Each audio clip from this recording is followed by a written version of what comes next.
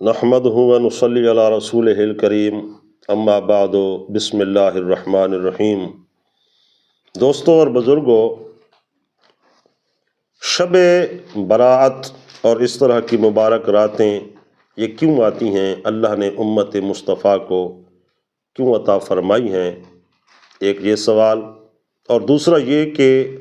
ان مبارک راتوں کو ہم کیسے گزاریں، کس طرح گزاریں؟ تو پہلا سوال کا جواب واضح کہ یہ اللہ کا فضل ہے امت مصطفیٰ صلی اللہ علیہ وسلم پر کہ اللہ تعالیٰ نے حضور کے صدقے میں ہمیں ایسے مبارک لمحات عطا فرمائے ہیں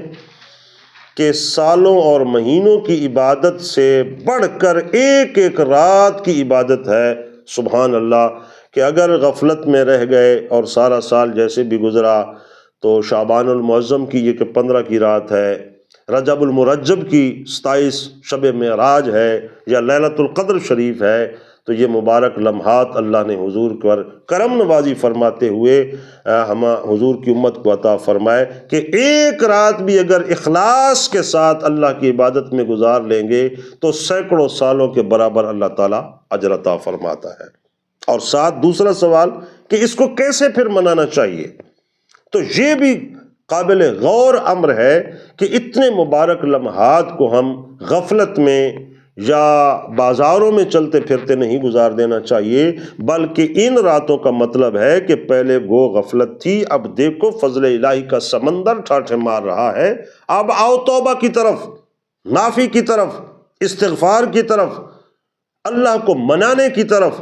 رسول معظم صلی اللہ تعالیٰ علیہ وسلم کی محبت کی خیرات لینے کی طرف، اور حضور کے اسوہ کامل کو اپنانے کی طرف، کہ ان راتوں میں کثرت کے ساتھ محافل ہوتی بھی ہیں اور علماء کرام بھی ہوتے ہیں، مواعظ بھی ہوتے ہیں، تو کثرت سے یہ چیزیں لوگوں کو بتانا چاہیے کہ اللہ کے بندو آؤ عبادت خدا کی طرف، نماز کی پختگی کی طرف، ایمان کی پختگی کی طرف، عقیدہ کی پختگی کی طرف، رسول اللہ صلی اللہ علیہ وسلم اور حضور کے آل و اصحاب کی تابعداری اور محبت کا ذوق لے کر اور یہاں سے سیکھو۔ تو یہ ہے طریقہ ان کو اپنانے اور منانے کا کہ عبادت بھی کی جائے اور عزم کیا جائے کہ آئندہ سال پیچھے جو بھی ہوا توبہ کرے، استغفار کرے، اور اپنے آپ سے اپنے مولا کے ساتھ یہ عزم کرے، عزم مصمم کرے کہ اللہ تعالیٰ توفیق عطا فرمائے اور میں آئندہ سال اللہ کی توفیق سے ہر قسم کے گناہ اور معصیت سے بچوں گا۔ اللہ تعالیٰ اسی طرح عمل صالح اور اخلاص کی دولت عطا فرمائے۔